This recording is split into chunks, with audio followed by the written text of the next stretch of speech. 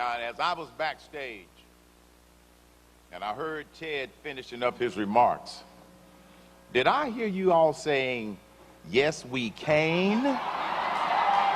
Was I hearing things? I want to thank Tony Perkins and his organization for inviting me, but more importantly, I want to thank you for being here, because that means that you get it. You know how important this upcoming election in 2012 is, and you're not going to let the liberals take this country down.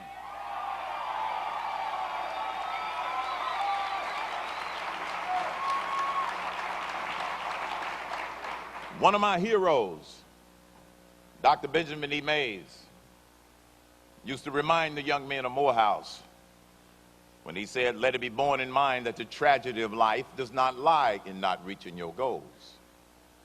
The tragedy lies in not having any goals to reach for." It's not a tragedy to die with dreams unfulfilled, but it is a calamity to have no dreams.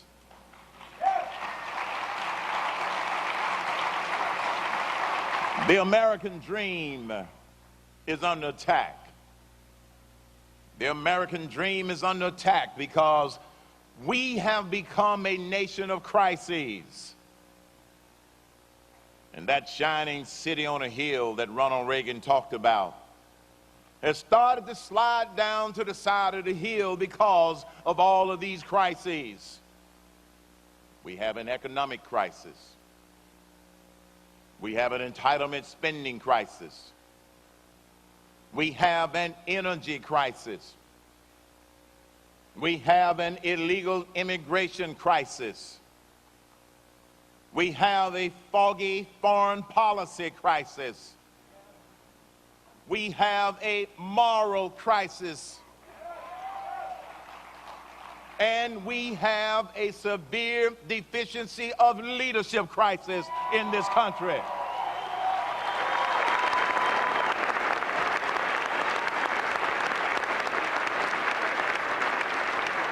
know, I may not have ever held a high political office, but I know what leaders do.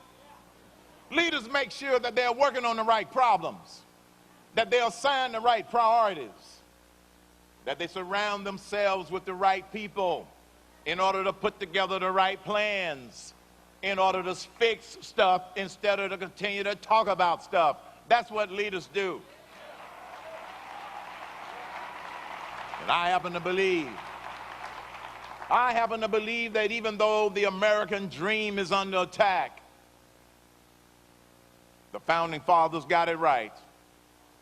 Those same principles, those same values that they had when they envisioned this great nation with the Declaration of Independence, when they envisioned our laws with the Constitution, they got it right.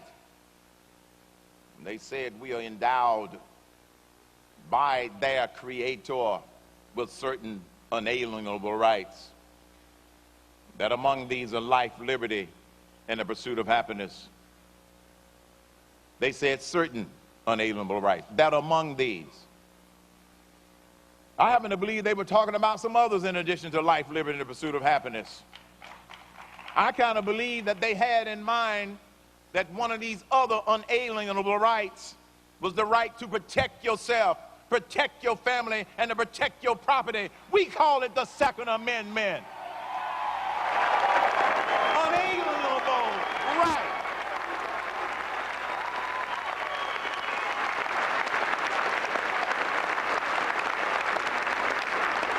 And just to set the record straight, you know, when you run for president and you move into the top tier, I'm just saying, you get this bullseye on your back, and people take pot shots left and right.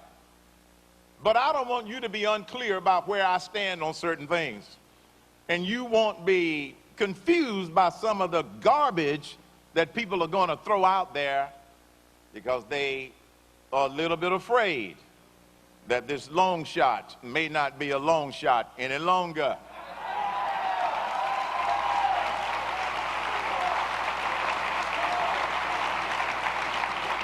So let me just set the record straight. Life, liberty, and the pursuit of happiness.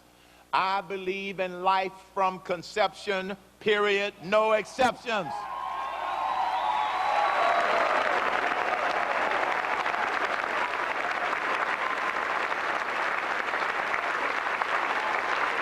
I believe that marriage is between one man and one woman.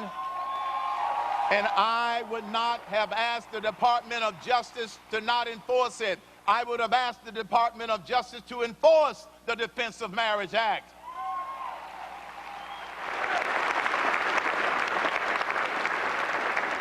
So I happen to believe that the Founding Fathers put it in that order: life, liberty, and pursuit of happiness, for a reason.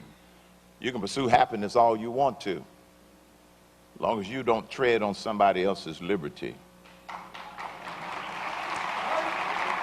You can pursue liberty all you want to, as long as you don't tread on somebody else's life, and that includes the life of the unborn.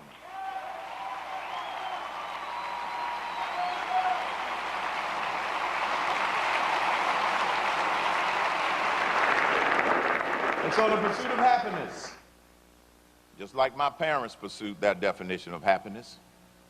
Mom was a domestic worker. Dad was a barber, a janitor, and a chauffeur. When Dad walked off of that small farm, Dad went to pursue his American dream with the only kind of equity he had, sweat equity. And he was able to achieve his American dream, he and my mother. And Dad wanted to give us a little bit better start in life, and they did. Dad wanted to make sure that one day he could buy a whole house for the family. You see, growing up in Atlanta, most of the time we lived in what my brother and I called a half a house. It was a 6-room house with 3 rooms on one side, 3 rooms on the other side. We lived in half of it. My brother and I, being typical kids, used to say, "Dad, why do we live in a half a house?" Dad said, "It's a duplex." Because we didn't know that Dad was saving for his dream, which was one day buy a whole house for the family, and he did. Dad knew that the pursuit of happiness meant working those 3 jobs. Dad also knew that the pursuit of happiness meant the 3 things that they instilled in my brother and I if you want to achieve your American dreams. And that is your belief in God, belief in yourself, and belief in the greatest country in the world, the United States of America. And we are exceptional.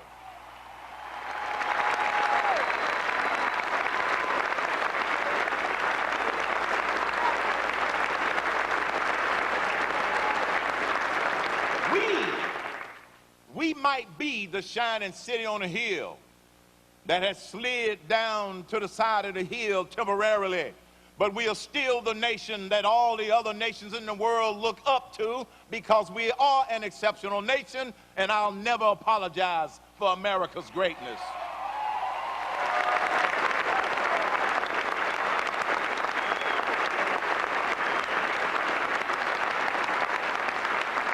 One of the questions that I get asked sometimes, running for president of the United States: "Well, Mr. Cain, didn't you grow up in the civil rights movement?"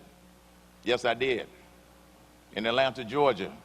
Raised in Atlanta, Georgia during the 50s, the 60s, before the civil rights movement, during the civil rights movement. I was around when they signed the Civil Rights Movement of 1964, when they signed the Voting Rights Act of 1965.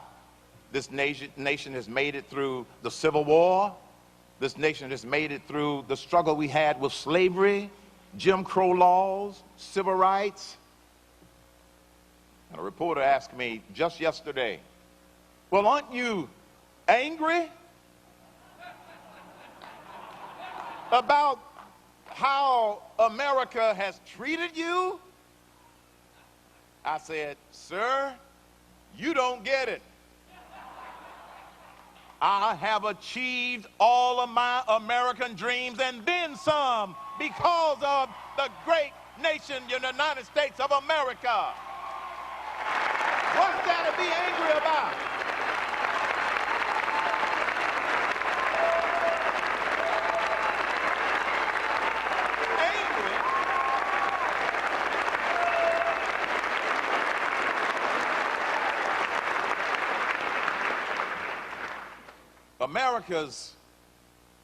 One of America's greatest strengths is its ability to change. We have weathered those changes.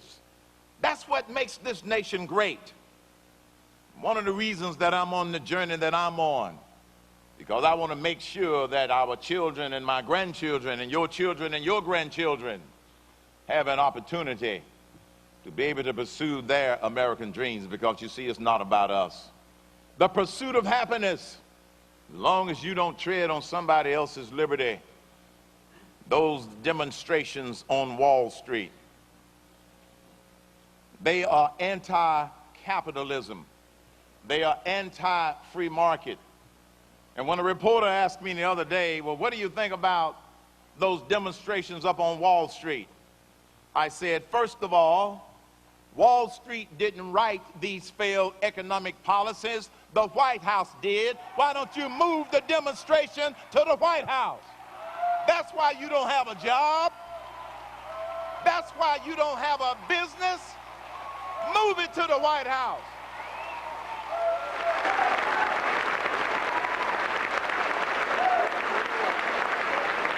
You see, it gets back to working on the right problem. They're not working on the right problem. Wall Street didn't write those failed policies. Wall Street didn't spend $1 trillion. Wall Street isn't asking to spend another $450 billion. It didn't work with $1 trillion. It's not going to work with $400 billion. You can demonstrate all you want to on Wall Street. The problem is 1600 Pennsylvania Avenue.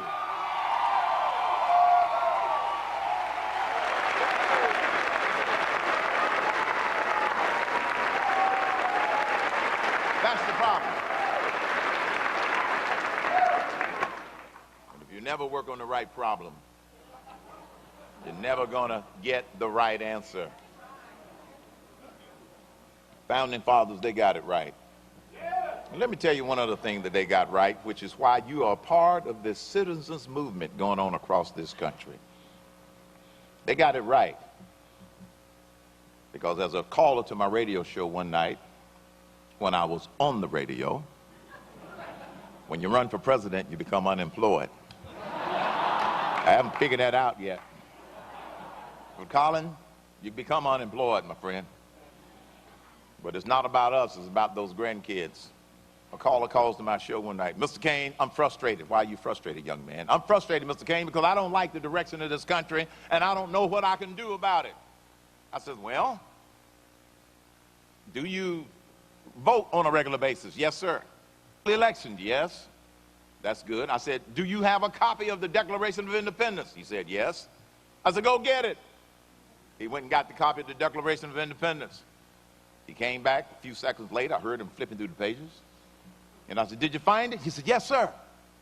I said, now go to the section that everybody's familiar with. Life, liberty, and the pursuit of happiness. Flip, flip, flip. He found it. Yes, sir. I said, now here's what you can do if you want to change the direction of this nation. He said, what's that? I said, when you get to life, liberty, and the pursuit of happiness, keep reading. Because it says, when any form of government becomes destructive of those ideals, it is the right of the people to alter or abolish it. We've got some altering and some abolishing to do.